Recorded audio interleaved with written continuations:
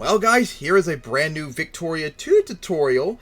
As I just saw this when I was finished making all these tutorials recently, I decided I needed to do this one because this was one I wanted to do for a while. And I wanted to explain making really good army stacks. So, I'm going to try and cover them based upon my experience with uncivs and all that.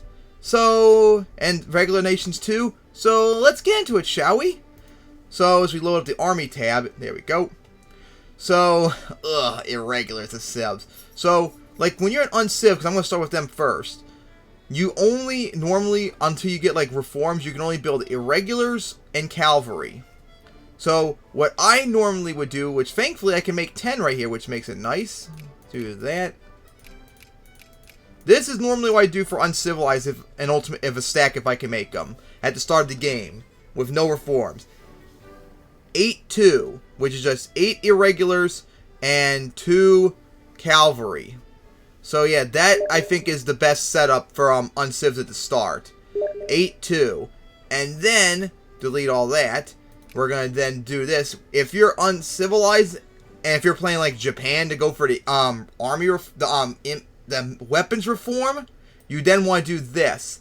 8-2, but with infantry instead of irregulars, because infantry are like 4 times better than irregulars, and if you're the first one to get them in your area and fight with them, ooh boy, you're gonna wreck people.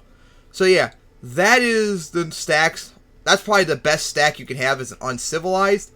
Yeah, thank you game for crack. Almost freeze on me for a moment. Yep, cancel.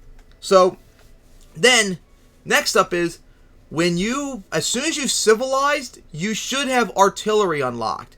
So then the next step is immediately afterwards is this setup. 4-1-5, a very crappy one though. Where you want to do 4 infantry, 1 cavalry, and 5 artillery. Infantry will do all the fighting for you. Artillery will be in the back, obliterating everyone. And cavalry will provide a recon bonus so you can take over territory quicker. But this is not the ideal one. So then later on, if you unlock other cavalry, you unlock dragoons, cuirassiers, and hussars. Ideally for me, I like going for dragoons. Ideally, I think that's the best cavalry unit in the game of horses.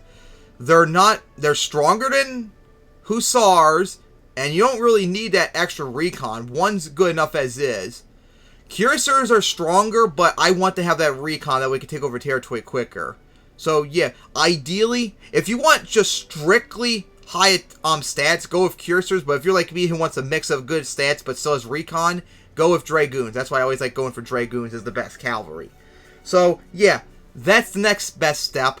The next one is, I can't do it right now, but you want to get an engineer to take. You want to take 1 artillery out and replace it with an engineer, because engineers have siege support, so they can also take over factories faster too, and not have to worry about fort effects causing you problems.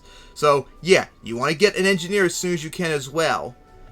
Then later on in the game, when you unlock tanks and planes with armor and aerial planes, you then want to replace your engineer with an armor, because armor is so much superior than engineer other than defense. So that's very good. And then finally, when you unlock planes, you want to replace your cavalry unit, whatever it is, with an airplane.